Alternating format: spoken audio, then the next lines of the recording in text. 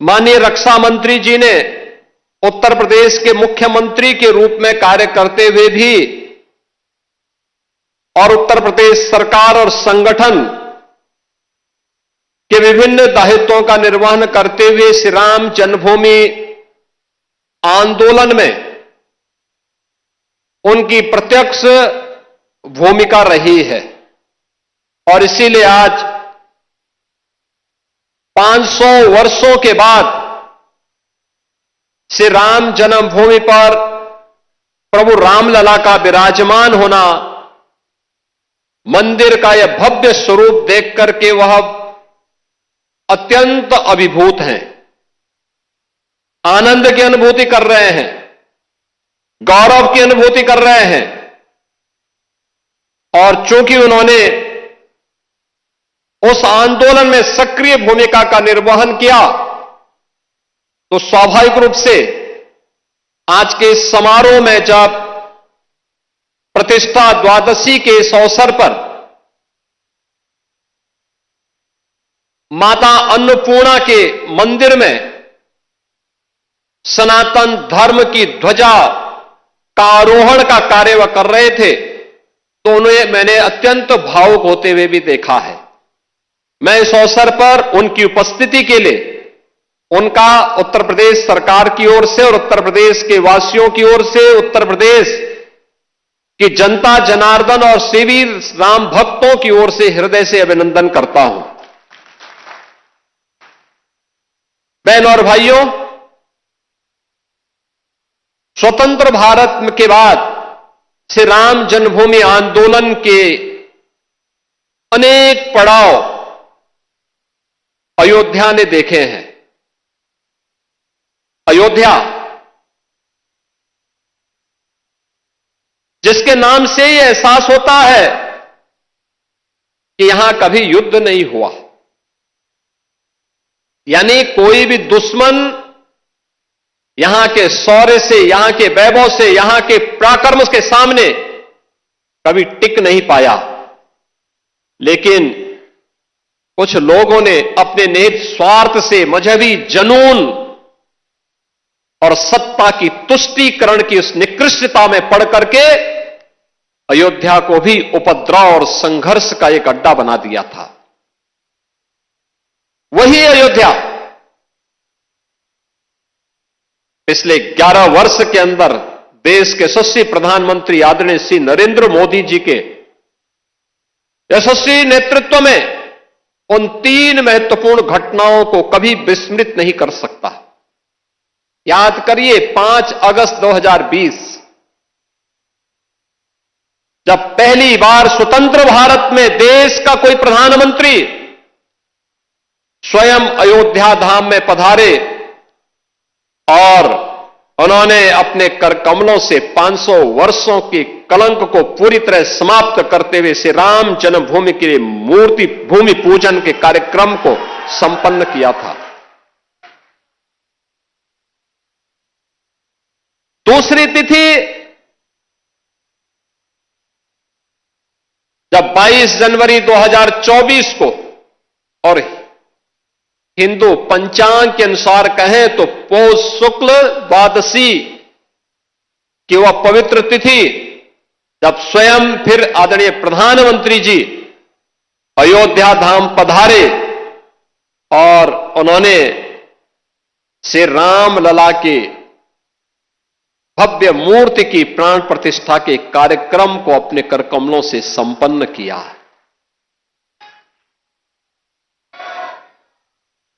तीसरा,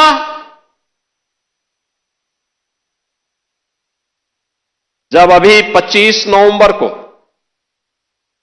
विवाह पंचमी के शुभ अवसर पर आदरणीय प्रधानमंत्री जी फिर अयोध्या आए थे और राम मंदिर के मुख्य शिखर पर उन्होंने सनातन धर्म की ध्वजा पताका को, भगवा ध्वजा को प्रतिष्ठित करके सनातन से ऊपर कोई नहीं, इस सनातन की ध्वजा पताका हमेशा दिग्दिगंत तक ऐसे ही गूंजती रहेगी और ऐसे ही दिखाई देगी। इस उद्घोष के साथ उन्होंने अयोध्या में आकर के पूरे देश और पूरी दुनिया को एक संदेश दिया। बहनों और भाइयों, अयोध्या ने जो संघर्ष देखा था, पिछली सरकार ने अयोध्या को लहूलुहान करने का कार्य किया था।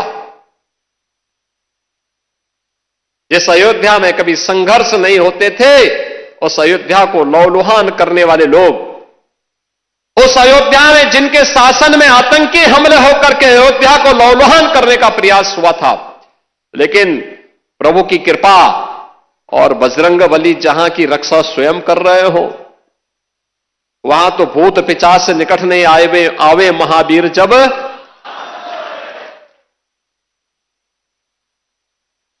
हनुमानगढ़ी में भगवान यानी हनुमान जी महाराज स्वयं विराजमान है। कैसे कोई आतंकी यहां घुस जाता, जैसे ही उन्होंने दुस्साहस किया था 2005 में, याद करिए कैसे पीएसी के जवानों ने ठक ठक ठक ठक करके वहीं पे उनको मार गिराया। अयोध्या तो संदेश देती है, और उसी संदेश को आगे बढ़ाने के लिए अब आप देखते होंगे देश और दुनिया का कोई भी ऐसा श्रद्धालु नहीं, सनातन धर्मावलंबी नहीं, जो अब अयोध्या आकर के दर्शन करके अभिभूत न होता हो। 1 लाख एवरेज अगर हम लोग देखें, पिछले 5 वर्ष के अंदर 45 करोड़ से अधिक श्रद्धालु अयोध्या धाम में आया है। जहां पर पहले कुछ लाखों में लोग आते थे। याद करिए 17 के पहले न बिजली थी, न पानी थी, न स्वच्छता थी, न सड़क थी, न कनेक्टिविटी थी, कोई सुविधा नहीं थी, सुरक्षा की भी व्यवस्था नहीं थी, और कोई जय श्री राम बोलता था तो उस पर लाठी जरूर पड़ जाते थे, गिरफ्तारियां हो जाती थी। आज तो आप देश में जाइए, राम राम बोलिए, जय श्री राम बोलिए, और अब तो भारत सरकार की योजना भी जी राम जी के नाम पर ही आ गई है, जो रोजगार की सबसे बड़ी स्कीम बनने जा रही है। कोई भी बेरोजगार व्यक्ति जब आएगा और कहेगा कि मुझे रोजगार चाहिए अपनी ग्राम पंचायत में, साल में 125 दिन का रोजगार की गारंटी उसको उसके गांव में मिल जाएगी, तो जी राम जी हो गया। बहनों और भाइयों, अयोध्या आज दुनिया की पहली सोलर सिटी, भारत की पहली सोलर सिटी के रूप में अयोध्या आ गई है। सूर्यवंश की राजधानी, पहली सोलर सिटी।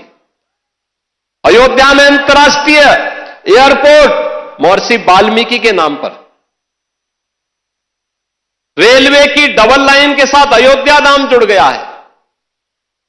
बेहतरीन कनेक्टिविटी अयोध्या का, लखनऊ से, गोरखपुर से, प्रयागराज से, काशी से, हर ओर से।